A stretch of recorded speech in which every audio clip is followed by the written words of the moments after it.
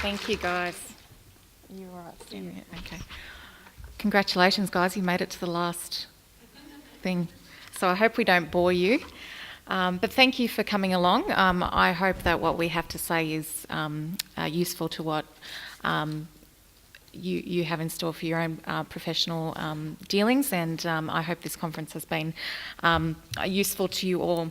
Dany and I have been asked today to talk about our own experiences in local government and how we integrate food security into our local government agendas.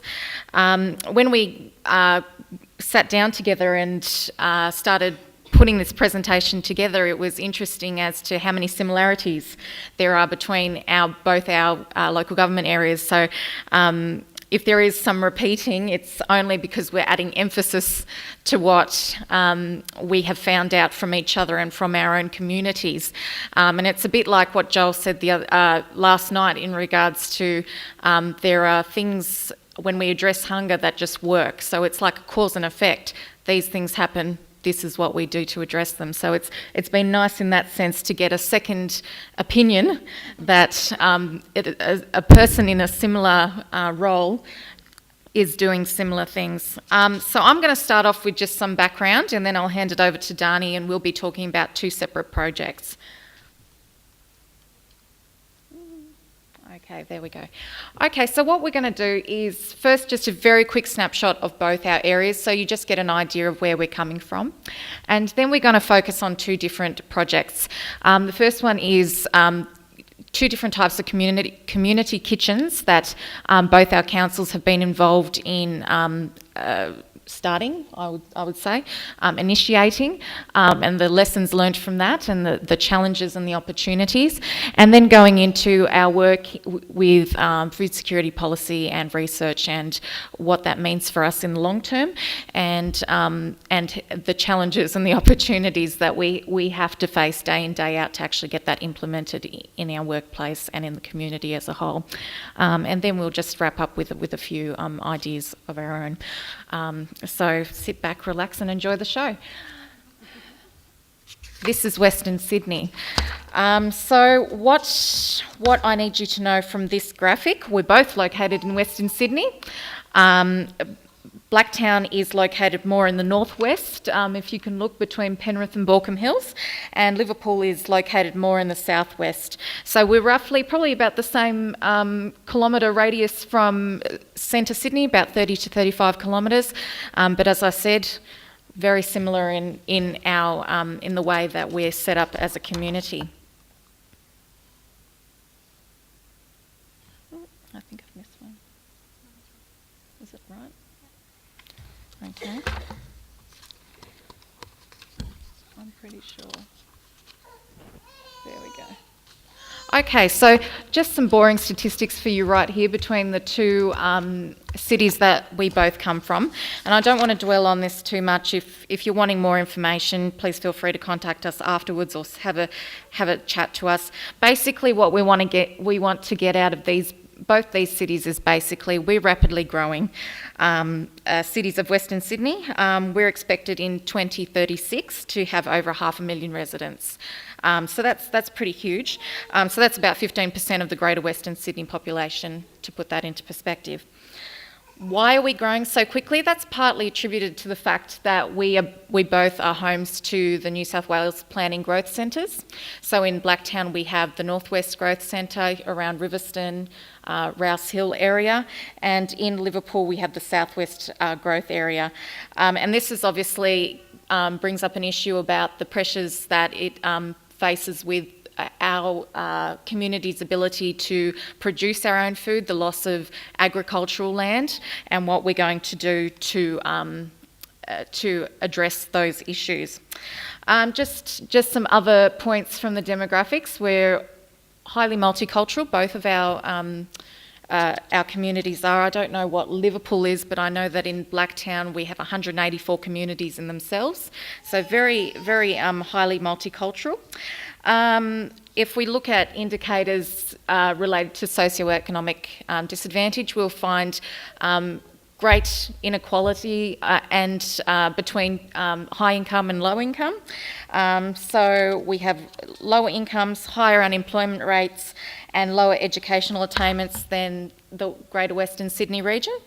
So these indicators like the CEFA, they're only indicators, so it doesn't show the spread, but we have great socioeconomic advantage and also great disadvantage. So in the Blacktown area, if anybody's familiar, we've got suburbs that are as well off as the northern suburbs, such as the Ponds, right down to some of the most disadvantaged in the state, which is like Bidwell. And the same goes for Liverpool. We've got Voyager Point. I'm not well adjusted to the Liverpool area, don't know, but we've got Voyager Point, and then we've got something like Warwick Farm. So two very similar opportunities and situations.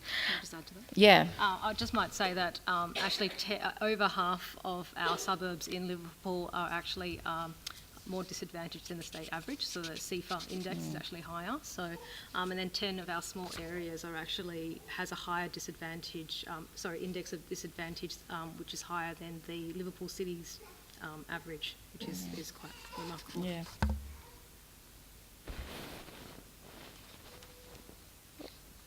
Doing well. The next slide, when I get it up, I'm doing well, aren't I? Oh, there we go.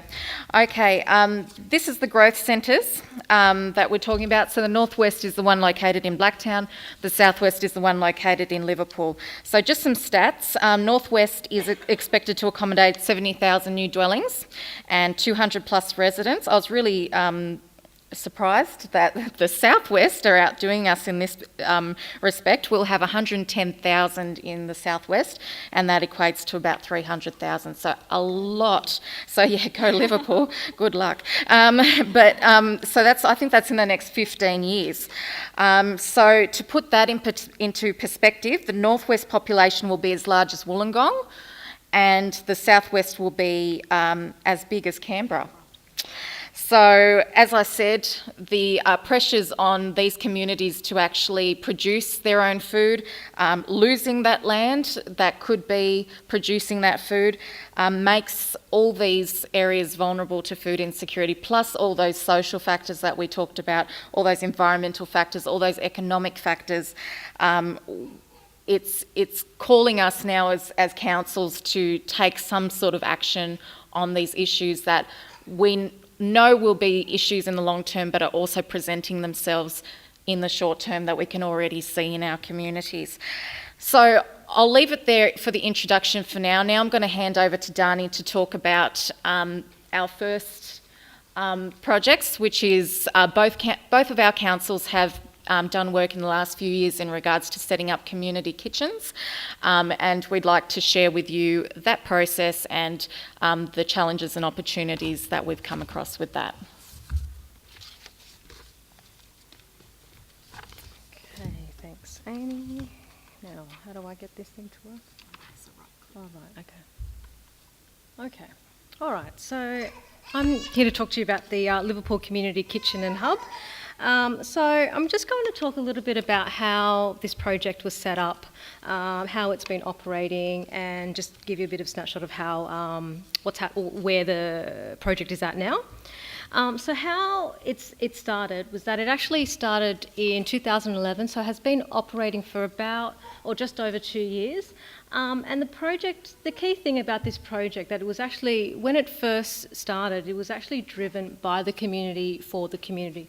So the community member here that you see pictured, he actually approached council, identified that homelessness and food insecurity was an issue for many people in the community, approached council to ask us what we could do about it. What we actually did as a result of that approach or that request was that we actually brought together a round table of key community service organisations and charities and churches within the Liverpool local government area, brought them together to discuss what was happening within our area, the levels of social disadvantage, homelessness and food insecurity, and talked about whether there was actually a need for a community kitchen and how we could actually go about setting that up. So this whole project just came about from a meeting of us identifying that there was actually a need.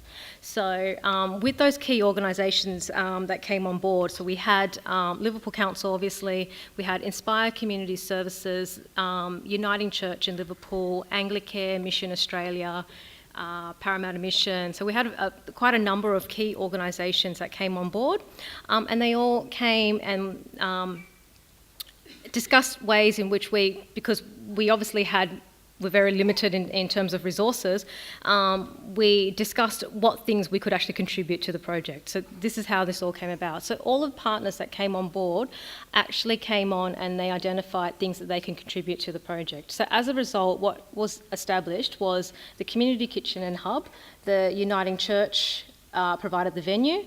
Inspire Community Services came on board with some resources through a Work for the Dole program. And the other organisations came on board as outreach services or referral networks. So Mission Australia providing counselling and drug and alcohol support, and Anglicare providing some other emergency relief, food hampers and other emergency vouchers and the like. So that sort of thing. So after all of that discussion and pulling all of that sort of coordinated service delivery together, what we developed was a memorandum of understanding. So all the community organisations came together and said, let's formalise this agreement and develop an MOU, which basically formalised how we were actually going to the service delivery model.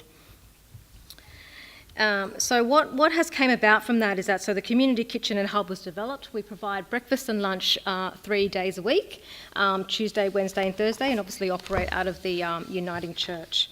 The Hub services component is also operating quite well, and we've actually got a number of services providing various support services through the kitchen, such as drug and alcohol support groups. We do housing support, as well as mental health case management through our latest Partners in Recovery. And we're also looking at doing things, we currently are doing some cooking on a budget classes, that type of thing. So, and there's also various other social and recreational activities that have been happening through that as well. And obviously what we'd like to do is extend on that hub component and incorporate some other things like health and personal care services, financial and legal services so people can get advice, those sort of things. So we're working on that component. A bit about how it actually started. So the community kitchen, obviously when anything starts, it starts off small. When we first started operating 3 days a week, we were only serving 25 meals a week. We're actually now operating and providing 400 meals per week. And we did a count recently of the number of clients that we have seen in just 2014 alone, and keeping in mind we haven't finished 2014 yet, we've seen over 10,000 clients in this last year. So it's been phenomenal where the community kitchen how it started and where it's got to now.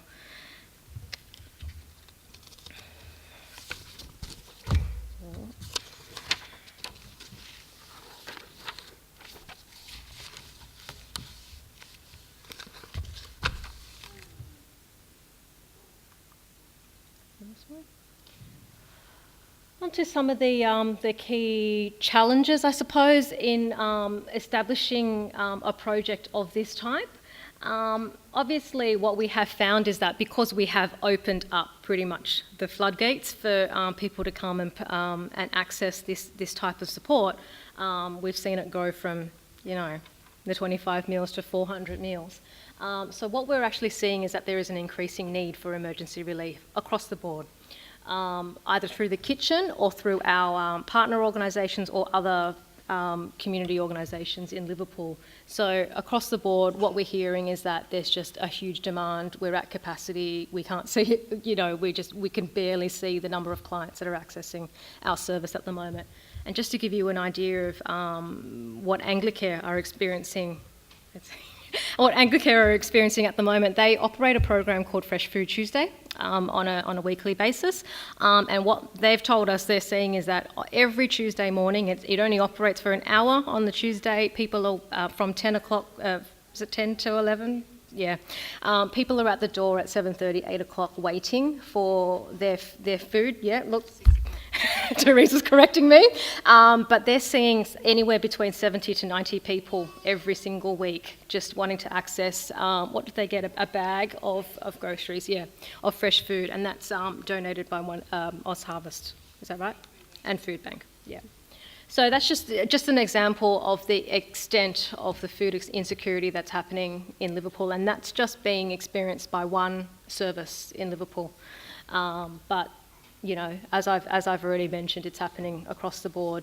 The MRC is also experiencing a very similar situation. And in terms of lack of funding and resources, we've already talked about this. Council is quite limited in terms of what we can do, and there is a need for more resources to be provided to generally, I guess, community development or planning teams within council. Generally, there tends to be a lot of focus or resources given to various other sections of council because they probably do the more tangible work. But there is definitely a need in that respect to provide some resources that way.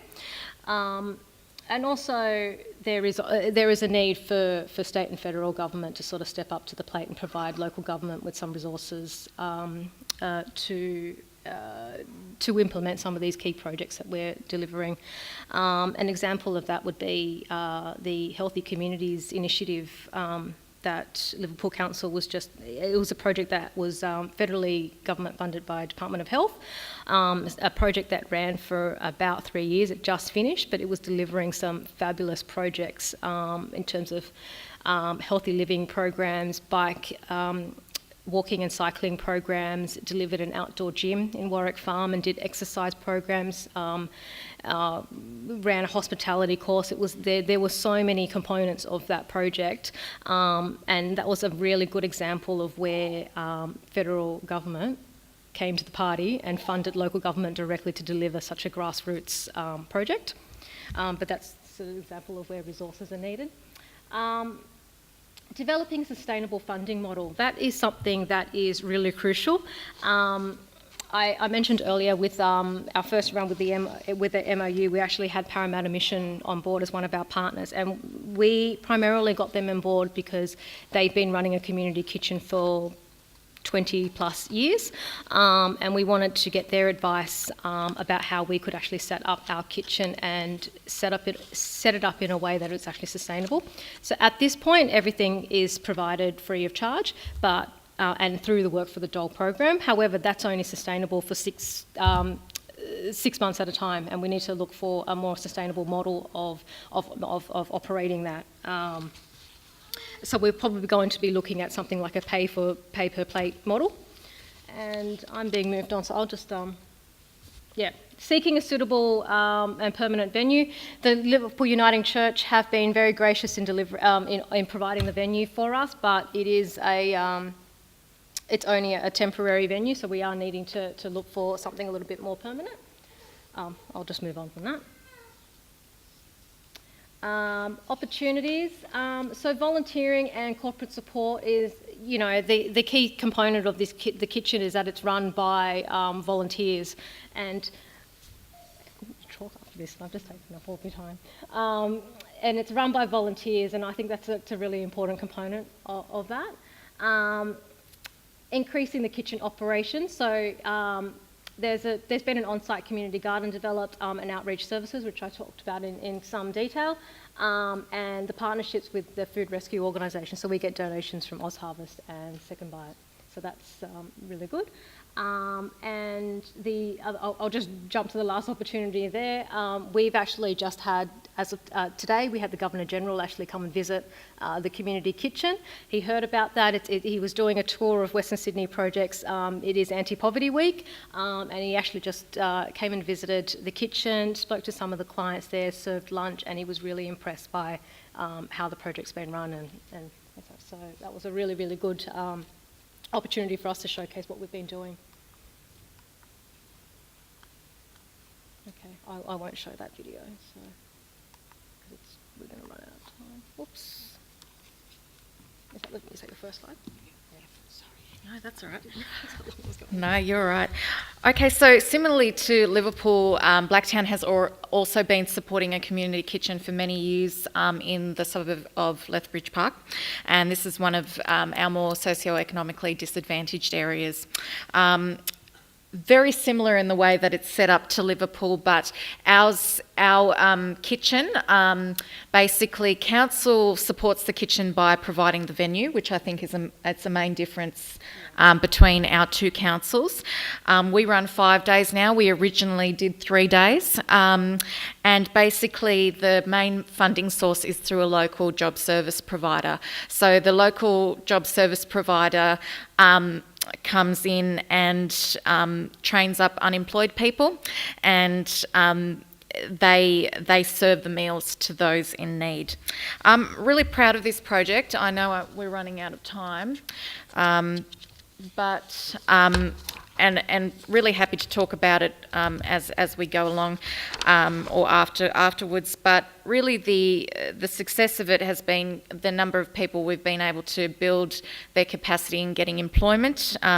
Just in since January 2014 alone, they've had, and these are the stats, 113 trainees through the kitchen, so they average about 10 work placements a month, and they've served 383 meals, breakfasts rather, and 391 lunches, so not as big as the 10,000, but still pretty good impact in the community. And a lot of the people who have been trained up in hospitality skills do eventually get into hospitality. I know that's a fact because we do hear the stories every now and then.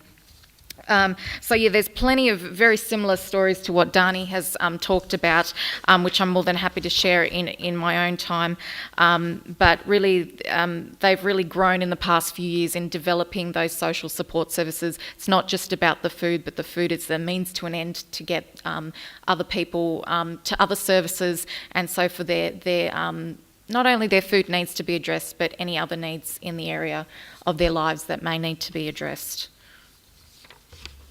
Do you want to talk about food policy very quickly? Can we have 5 more minutes? Okay. I'm really doing well. Okay, I just we wanted to quickly talk about food policy as well. Both of our councils have also done a bit of work in regards to the food policy area, and for our mob it's still a work in progress. I'm not sure with you guys. So that's the Liverpool. You've got a food security strategy being developed as well. So Liverpool's got a strategy being developed as well. Which do we have a time frame on that? Probably next year. So that's something that's coming together. I've also been. Well, there we go. Okay, actually, I'll probably go to that. I've also actually been working on a food security plan for the council as well. This was what I call my series of fortunate events for myself. Rather than unfortunate, you've got to be lucky sometime. In regards to, I'm just completing my master's, so I came to the council and said, this is my idea. I want to put a strategy together for the council around food security, looking at how our council actually addresses food security, what are the opportunities and the barriers to actually implementing a strategy such as this in our lovely organisation, and what value this type of plan can actually provide our workers. Is it worth it? So I've had a very supportive manager. Not everybody has loved the idea, mind you, but the catch-22 was, I'll do the work for you. You don't have to implement it, but at the worst case scenario, it's a great evidence base for you guys if you ever need to use it. So that's the way I got around doing it. It's not going to work for everyone. It's, as I said, just unique and a series of fortunate events and some supportive people along the way. That's not to say other councils or other internal champions can't progress the issue. Hang on. Okay, so yeah, that was what we were. That should be completed by the end of the year, mind you. So if anybody's interested, they're more than welcome to get my contact details to look into that.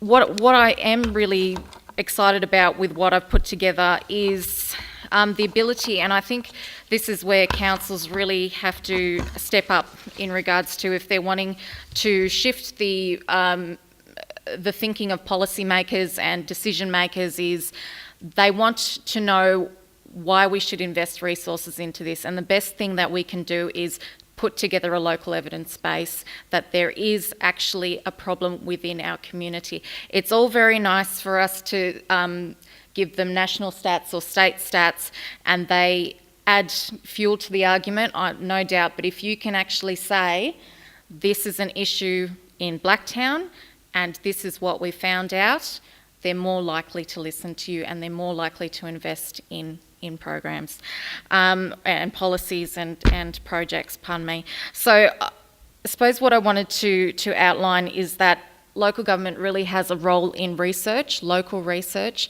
to set that scene for the decision makers. And look, there's plenty of things I did with this plan, and that was, you know, looking at the demographics. Liesl talked about food mapping, and I've done a whole stuff of that, which I'm more than happy to share with once that's completed. We did a market basket survey, which I've been involved with Jackie with. We also found, like Wagga, that a lot of our families, it would cost them over 30% of their income to afford a healthy basket, and there's methods into looking into that. So really in-your-face statistics that'll get those decision makers thinking about, well, hang on, if this is an issue for our community, what are we actually doing about it? And look, just the standard, you know, community consultation, which, look, our organisation sucks at most of the time. I'm just going to be honest. They say they do it. So, but look, I've really tried to get everybody at the table and really at least get their ideas, if not only their perception, at least that it's a problem. They work with these people day in, day out, so they should know. Last thing I'll leave you with, I had the wonderful opportunity, it was a fascinating part of the project as well, to go and talk to 23 of my colleagues in the building about food security. And some of them hissed at me, and some of them were surprised, and some of them didn't know what I was talking about, and some of them loved me and told me that I should go for Prime Minister, and you know, there was such a real range of responses. Some of them who I thought would just shut the door were actually really open to the conversation, even if they didn't have the resources. So I suppose what I'm trying to say is you can have a look down at those challenges and opportunities, and it really just sets the scene to what we have to deal with day in, day out to get these strategies embedded into our local government agenda. And I don't think it's totally hopeless, but just being aware of what you're faced up against is going to make a huge difference between whether it works or whether it doesn't. So I suppose for both our councils, we both have really the same where-tos from here, isn't it?